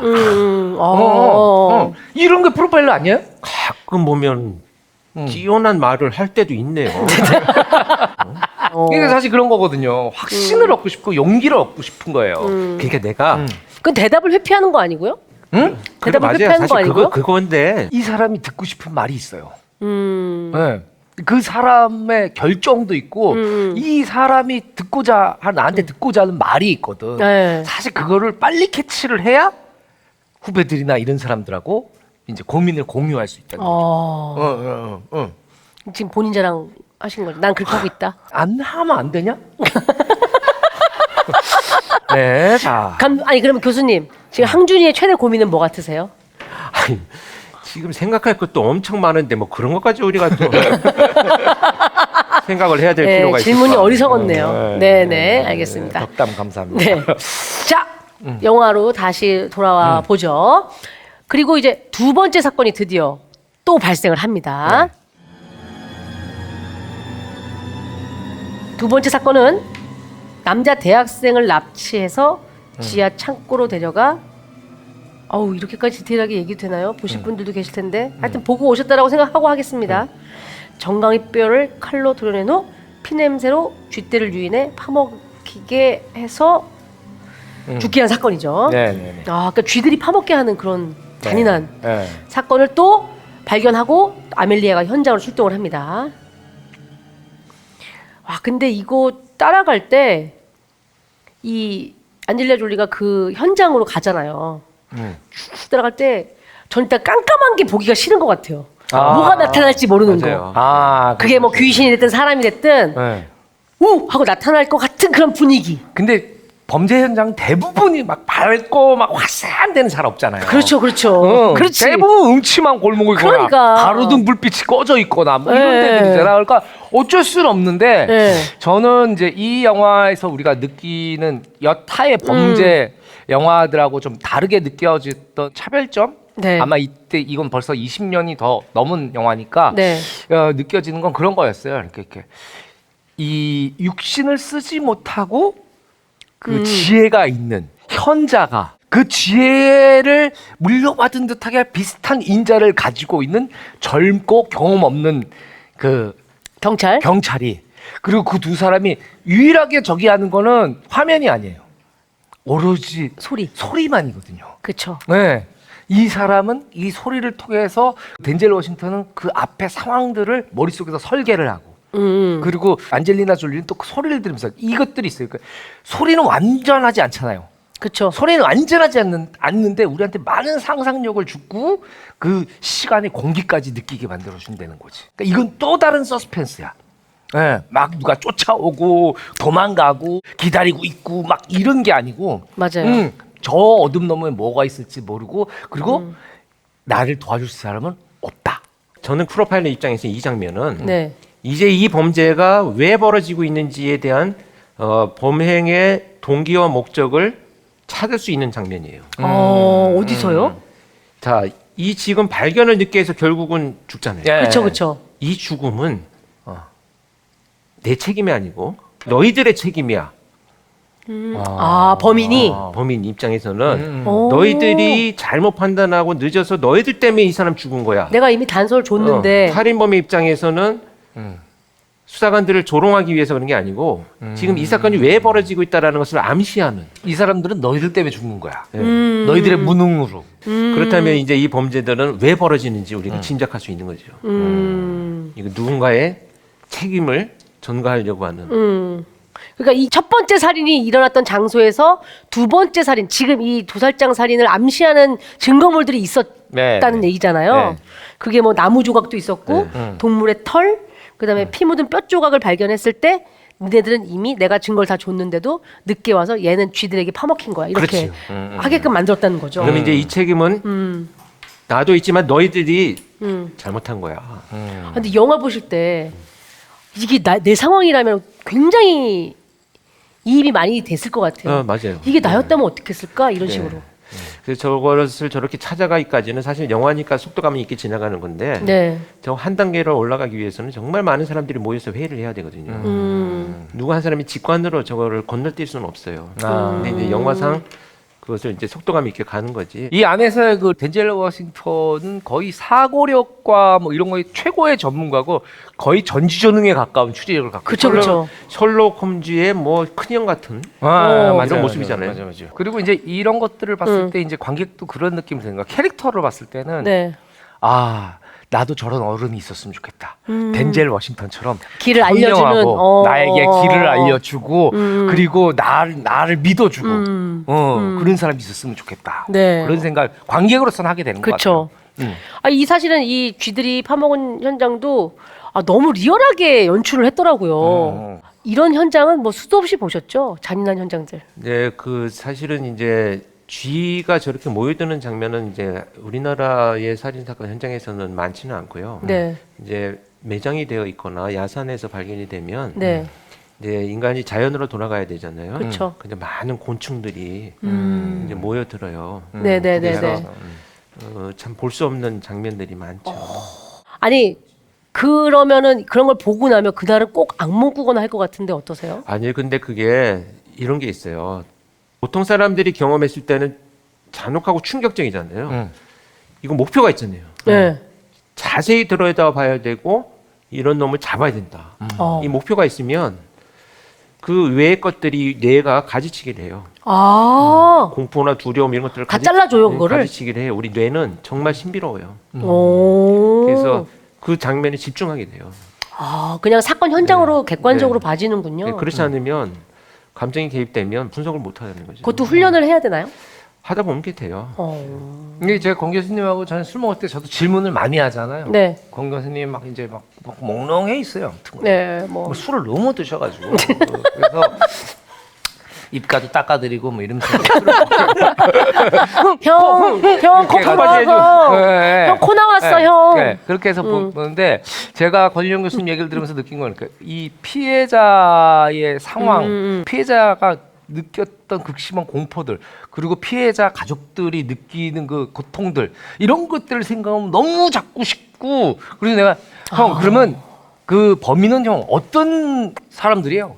나쁜 새끼들이지. 진짜 나쁜 새끼들이야. 그러니까 이런 마음이 생길 수밖에 없고 이런 맞아요. 분노가 범인을 잡는 동력이 되는 것 같은데 다만 뭐냐면 이성을 잃으면 안 된다는 거지. 그게 어려울 것 그래서 같아. 어려운 직업인 것 같아요. 그게 어려울 어찌 것 보면. 같아. 제가 이제 그 교수님이랑 용감한 형사들이란 프로를 같이 하잖아요. 그럼 저는 진짜 진행자로서 객관성도 지키고 해야 되는데 그게 잘 안 돼요. 그냥 제 있는 감정대로 막 얘기를 하거든요. 근데 교수님은 딱 방송 때 이 사건은 이렇게 돼서 이것이다 얘기하고 녹화가 끝나면 눈물을 흘리세요. 아 진짜. 네. 그럼 안구 건조증 때문에 그런 거예요. 왜냐하면 그때 제가 현직에 있을 때는 그 형사들하고 같이 투입된 사건들이 많잖아요. 네네네네. 그때 정말 냉철한 눈으로 봤는데 내가 한 발자국 떨어져서 이제 보니까 이제 내가 슬픈 거야. 그때는 슬프다는 감정이 사치였죠. 내가 슬플 명언이다. 시간도 없어. 지금 잡아야 돼. 그렇지. 프로파일러에게 슬픔은 사치다. 그런데 지금 이제 한 발짝 떨어져서 보니까 참 저게 아팠던 사건이구나 네. 이런 게 느껴지는 거죠. 저는 막 욕도 하고 막 이러는데 교수님 욕도 잘 안 하시더라고요. 그냥 나쁜 놈. 그게 최고의 욕이세요. 씨라고 그러던데 나한테. 오빠한테는? 그럼 오빠한테 진심을 하고 싶었겠지. 나한테 한 것 같아요. 자, 다음 장면으로 넘어가 보죠. 네. 노인과 소녀의 납치 사건입니다. 한 노인과 소녀가 공항에서 택시를 타고요. 바로 납치를 당하죠. 이전 도살장 살해 현장에서 발견한 증거물로 다음 살해 장소를 추리하고 공통으로 나온 종이 쪽지 증거물을 하나하나 조각조각 조립해본 결과 약간 이게 뭐 스타벅스 로고 같은 여자 얼굴이 나와요. 그렇죠. 네. 아, 그 여자 얼굴이 바로 어떤 범죄 서적의 로고라는 걸 알게 됐고요. 그 서적을 중고 책방에서 찾던 중 본 컬렉터라는 책에서 나온 방법으로 이 모든 살해가 이루어졌다는 걸 알게 되죠. 네. 그리고 여기서 이제 이제 서점에 가서 이제 그 책을 찾잖아요. 그렇죠. 이 덴젤 워싱턴 씨가 얘기한 책을 찾는단 말이죠. 헌책방에 가서 네. 도서점 네. 가서 이쪽에 뭐 1900 몇십 년대에 나온 책들은 어디 있어요? 어딨어요? 근데 사실은 이제 저기서 서점 주인이 묘한 나 미소를 띠고 맞아. 묘한 이 사람. 그리고 클로즈업을 잡을 필요가 없는 인물이에요. 얼굴이 안 나와도 큰 상관이 없거든요. 그쵸. 예, 그래서 이제 저런 것들을 영화적 기법으로 메커핀이라고 해요. 오. 이거를 범인처럼 그러니까 이 씬이 단조로워 보이지 않잖아. 아니 진짜로. 서점 안에서 소설을 찾는 과정까지도. 그리고 알고 보면 전혀 관계 없는 인물인데. 또 그 이 분위기가 느껴져요. 아, 중고 서적에서 나오는 이 매캐한 책 냄새. 그 사이로 뭔가 단서가 될 만한 걸 찾았는데 또 책이 또 높아. 네. 근데 이 손을 뻗는 순간 그 묘한 표정을 했던 그 서점 주인이 나타날 것 같은 느낌. 이런 게 계속 이 씬에서 느껴지거든요. 네, 그래서 저 씬이 굉장히 이 진실을 찾아가는 건데 왠지 이 저 사람이 범인일 것 같은. 맞아. 언제 갑자기 뒤에서 나타날지 모르는. 그렇죠. 네, 그런 것들이 어찌 보면 하나의 그냥 이거 찾으면 사실 별거 아니잖아. 찾았다. 뭐 별거 아닌데 그 안에 긴장감들을 꽉 채워주는 거죠. 그렇죠. 네네. 지금 오랜만에 그 처음이에요, 처음. 그렇죠. 감독님이 알던 항준이가 이렇게 전문적인 얘기하는 거 처음 들어보셨죠? 네, 살다 처음 봤어요. 저도 놀랐는데 여러분은 얼마나 놀랐겠습니까? 아, 맥커핀. 어우, 네. 하나 배웁니다. 네. 이런 것들 사실 영화에서 특히나 이런 스릴러 영화, 범죄 영화에서 많이 쓰이는 기법이잖아요. 네, 그렇죠. 여기 이제 히치콕 감독이 즐겨 아. 사용하는 기법이죠. 별거 아닌 사람인데 클로즈업을 잡는다든가 무의미한 사람이 뭔가를 지켜보고 집중할 있는 때? 뒷모습이 나온다든가. 그리고 거기에 효과도 달라져. 음악이나 이런 게. 평범한 씬이 달라요. 다르게 어. 보여요. 그 컷 하나. 그럼 맥커핀은 어디에서 유래된 단어예요? 네이버 쳐봐. 아, 이게 알고 있었는데 까먹지. 알겠습니다. 지난달에 있었던 일도 잘 기억 안 나는데. 아, 사실 이 덴젤 워싱턴 링컨 라임이 자기는 수많은 책을 읽었다. 그래서 이게 다 수사에 도움이 된다라고 하는데 역시나 우리 교수님도 책 엄청 많이 읽으셨죠? 네, 만화책만 저는 봤지. 상당히 다독을 하는 편인데요. 만화책만. 네. 여러 책들을 저는 구분 없이 봐요, 정말. 특히 이제 그 범죄 심리학 책만 프로파일러들 본다는 이것도 편견이에요. 오. 저는 이제 경제학이나 네. 경영 말고 경제학의 네. 분야들, 그 다음에 뭐 어떤 사람들의 행동을 분석하는 광고 심리학. 오. 그러니까 설득은 사실 광고 심리학이에요. 아, 어떻게 해야 소비자들의 마음을 움직일 수 있나 그렇죠. 이런 그걸 것들. 다 응용하는 것이 프로파일러이기 때문에 그런 책들을 많이 봐요. 그래서 행동 경제학 뭐 그 이런 것들이 나올 때 경제학 책들을 많이 봤어요. 굉장히 네. 많이 응용이 돼요. 그리고 교수님하고 프로파일러들하고 좀 다른 경우지만 이제 그 김은희 작가는 주로 이제 스릴러 뭐 수사 그쵸, 많이 드라마 이런 걸 써요. 많이 썼죠. 한국의 아가사 크리스티다, 서스펜스의 엘리자베스 여왕이다 뭐 이런 얘기가 있는데 두 번째 거는 처음 듣는데요. 좀 전에 지원했어. 어쩐지.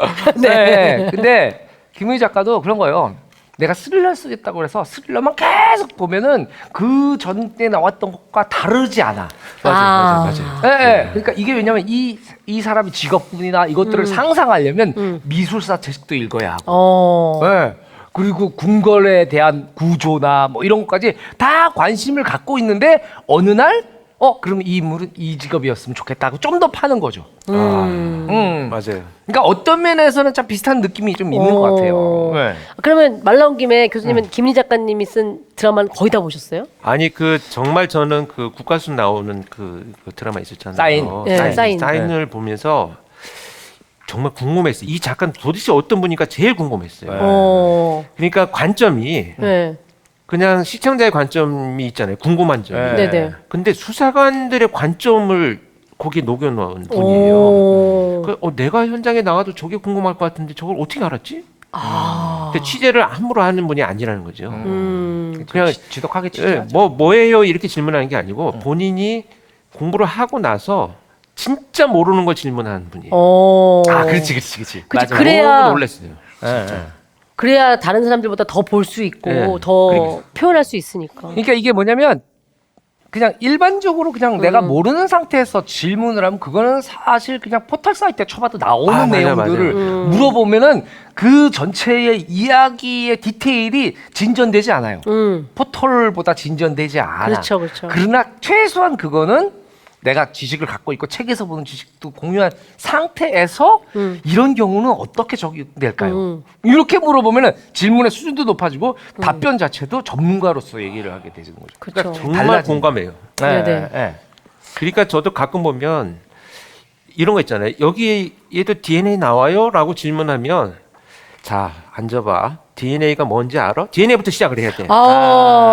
근데 이런 것은 다른 거하고 DNA 채취할 때 어떤 기법이 달라요? 이거는 정말 단계를 뛰어넘는 굉장히 질문이니까. 어떤 풍부해지는 질문이잖아요. 그럼 그 사인 드라마 보셨을 때 연출은 어땠어요? 연출은 조금 어색하긴 했죠. 드라마를 제대로 보신 게 맞는 것 같아요. 제가 보기엔. 제가 올해 가기 전에 우리 권인영 교수님 한 번은 해코지 할 겁니다. 나 생각도 못했다. 네. 자, 다음 장면 한번 넘어가 보도록 하겠습니다. 마지막 범행 장소가 이제 밝혀지죠. 부둣가에서 네. 마지막 범행 장소 그리고 그 이후의 살해 장소를 암시하는 지도와 증거물이 나옵니다. 부둣가는 이제 할아버지와 손녀가 이제 발견됐던 네. 그런 곳이었는데 그 부둣가 옆에 폐쇄 지하철역에서 숫자가 나오죠. 78499.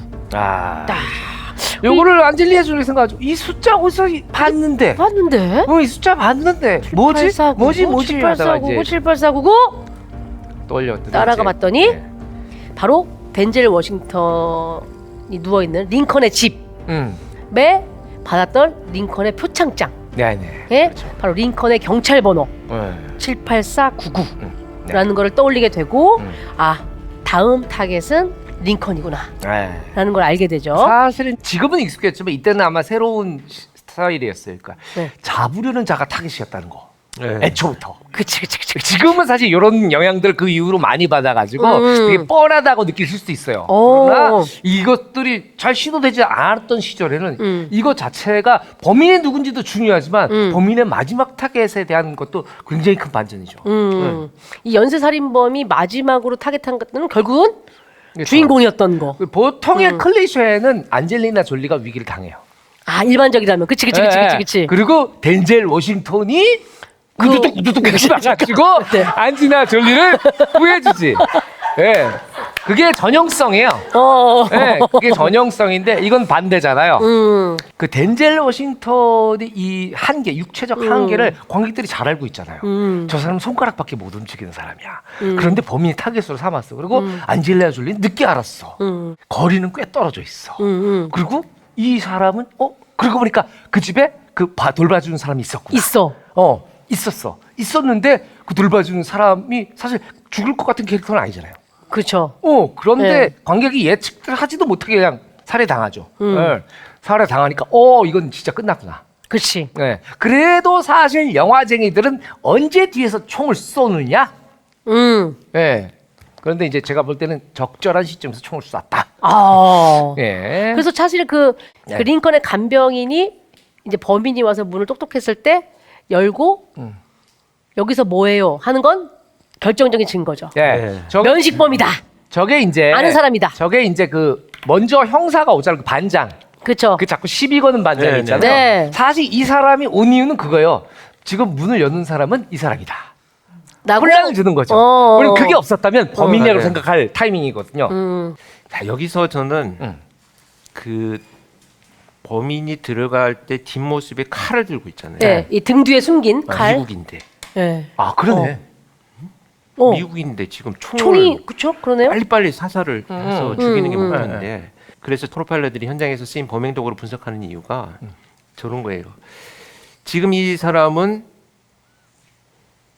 오랫동안 뭔가 자기의 감정을 표출할 동안 피해자가 살아 있어야 돼.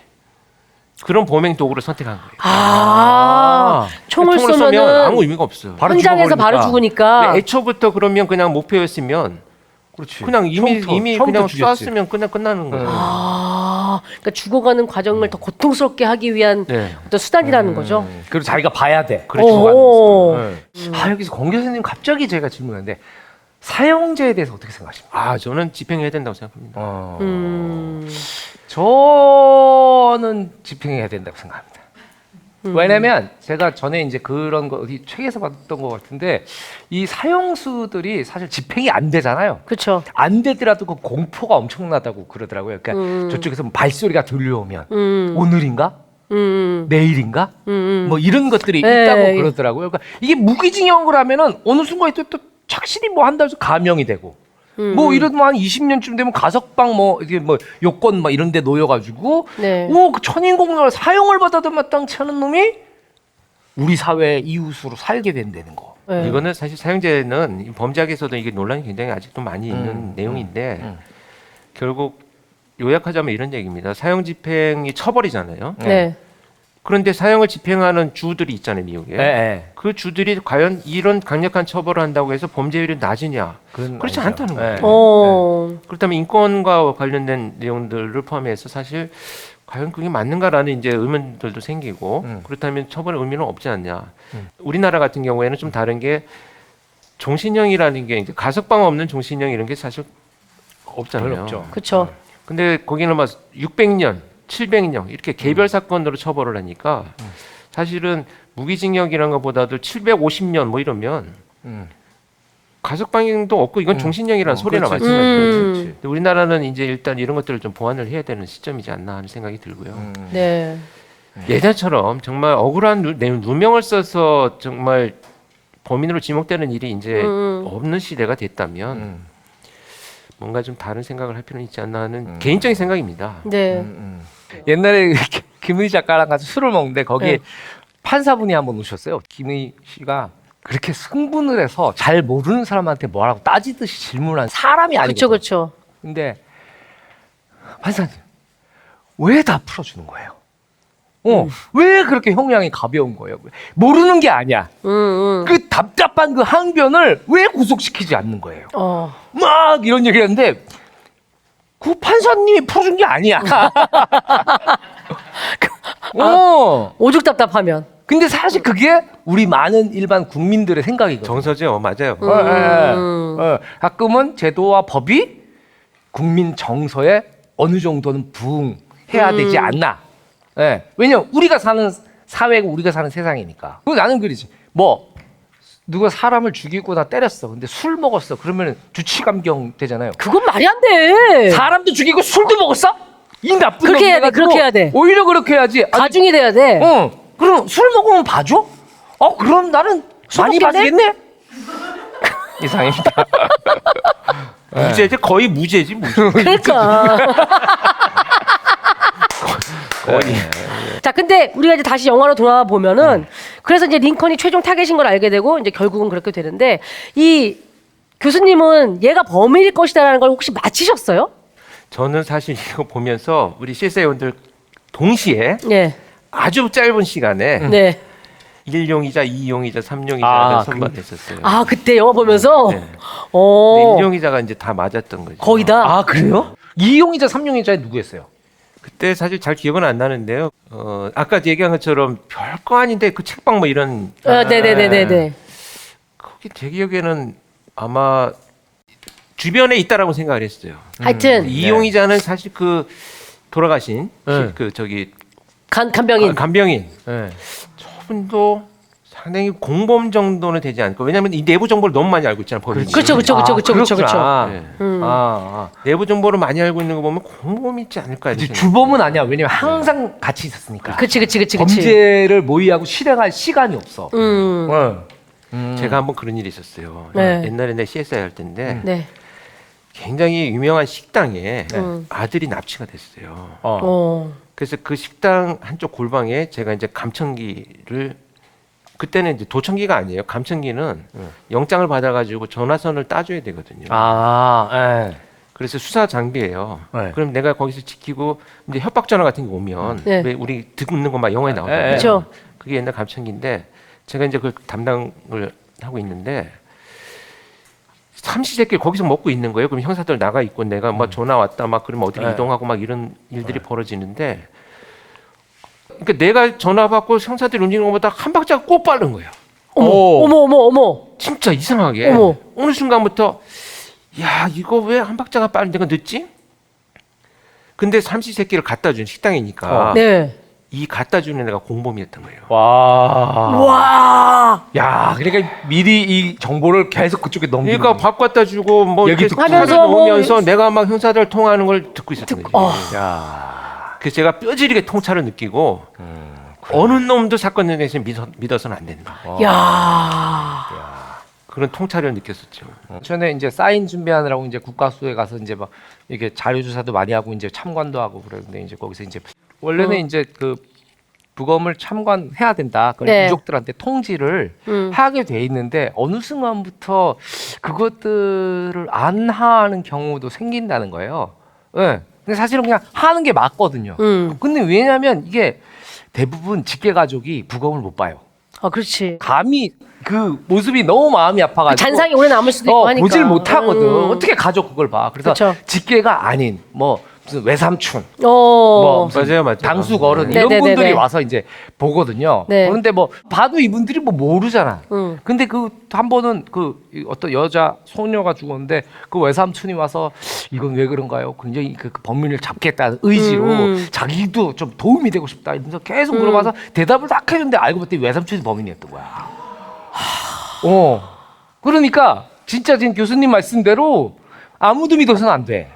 그러니까 수사는 모든 게 정말 그 가능성을 열어둔 상태에서 시작을 해야지 편견을 가지면 안 된다 이런 의미가 있는 거죠. 이 사람은 아니겠지. 설마 가족은 아니겠지. 뭐 그럼. 이거는 안 된다는 거죠. 정말 그런 편견을 버렸어야만 이제 사건이 해결되는 거죠. 여러분들 집에 가서 가족들 조심하세요. 은수저 갖고 다니면서 독탄나 안 독탄나 봐라고. 감독님은 우리 PD들 조심하세요. 항상 조심하고 있어요. 이렇게 내가 사이드 미러를 갖고 다녀. 뒤쪽에 따라붙나 안 따라붙나. 날 미행하는 놈이야. 야, 여기가 굉장히 위험한 곳이구나. 다 은수저 갖고 다닌다고. 도시락 주면 이거 다 누르고.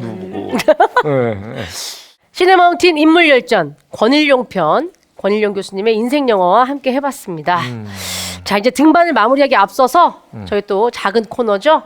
맛집으로 마무리하기 위해서 마련한 일명 촬영장 옆 맛집. 배우분들이 나오시거나 뭐 영화계 관계자분들이 나오시면 그렇게 하는데 오늘은 특별히 교수님 나오셨으니까 경찰서 옆 맛집 네, 한번 가볍게 여쭤보려고 합니다. 저는 또 저 권일영 교수님 나오시면은 또 네. 서울경찰청에 오래 근무를 하시잖아요. 네. 그쪽은 얘기 안 하고 딴 데 했으면 좋겠어. 서울경찰청은 제가 오래 근무 안 했고요. 그래요? 본청에 오래 근무를 했죠. 본청은 어디에 있어요? 본청은 서대문. 그러면 어디에 있는 맛집을 좀 소개를 해주실 건지. 저는 경찰청에서 이제 오래 근무를 하다 보니까 네. 그 후문 쪽에 나오면 네. 서대문 족발이라고 있어요. 서대문 족발? 이 서대문 족발이 네. 아시아에서 가장 맛있는 족발집이에요. 아시아에서? 나 이런 표현은 또 처음 들어보네. 아시아에서? 내가 유럽까지는 모르겠는데 네. 정말 맛있어요 족발이. 네. 그래서 거기는 거의 퇴근 시간이 지나면 경찰들이 한 절반이 돼요. 그래서 저 족발집이 예전에 네. 그 화양극장이라고 있었어요. 화양극장. 네네네네네네. 화양 영화 대지 그 화양극장. 그 바로 옆에 네. 테이블 3개로 시작을 했거든요. 그때 제가 광화문 경찰청, 서울 경찰청에 근무할 때 그거 먹으러 거기까지 오고 그랬었는데 네.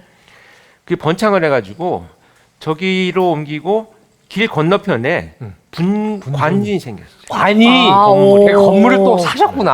아하. 근데 저기에 그 한 3평 정도가 네. 제 월급이에요. 오늘 이렇게 해서 경찰서의 맛집 서대문 족발까지 해서 완벽하게 등반이 마무리가 된 것 같은데요. 네.